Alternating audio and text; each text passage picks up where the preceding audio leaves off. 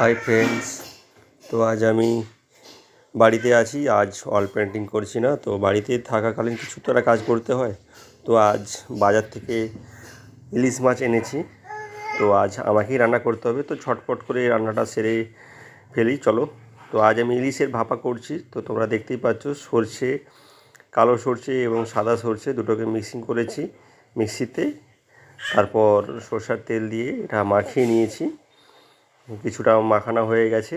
তো আমি পুরো ভিডিওটা দেখাতে পারলাম না, কিছুটা ভিডিও আমি কেটে দিয়েছি, নাহলে বড় হয়ে যাবে ভিডিওটা। তো তারপর ঝটপট করে আমি টিফিন কৌটাতে সাজিয়ে নিচ্ছি সর্ষে মাখানো ইলিশগুলোকে। তো আজ ভাপা করব, তো সেই জন্য ইলিশ মাছগুলোকে সাজিয়ে নিচ্ছি কন্টেনারে। তো টিফিন কৌটা খুব সুন্দর করে সাজিয়ে নেওয়ার পরে কিছু কাঁচা লঙ্কা কেটে রাখো, আর মশলাটা উপরে আমি ছড়িয়ে দিলাম। তো সুন্দর করে ভালো করে মশলাগুলো আমি তুলে নিয়ে ভালো করে মিক্সিং করলাম।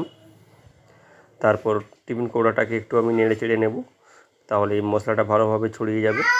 তো দেখতেই পাচ্ছ আজ আমি খুব ব্যস্ত, তাড়াতাড়ির মধ্যে কাজটি করছি।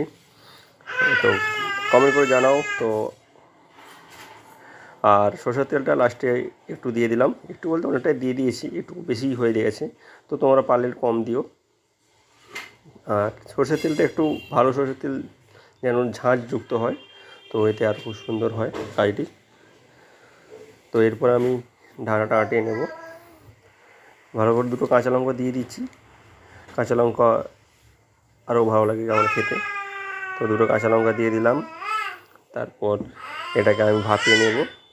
আর ভাপানোর জন্য ঢাকনাটার ওপর দিয়ে যাতে না ওই গ্যাসটা বেরিয়ে যায়, সেই কারণে আমি ঢাকনাটা সরিয়ে। আমার ভাপানো অনেকক্ষণ হয়েছে, প্রায় 20 মিনিট করেছি ভাপানো।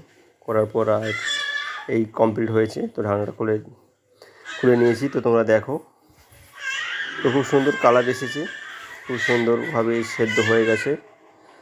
তো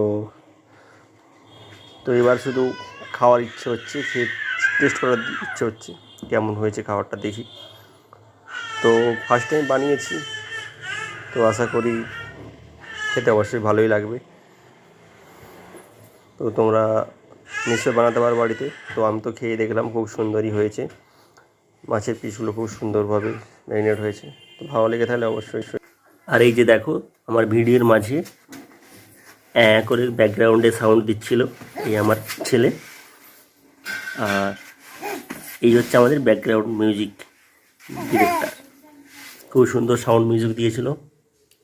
টাটা।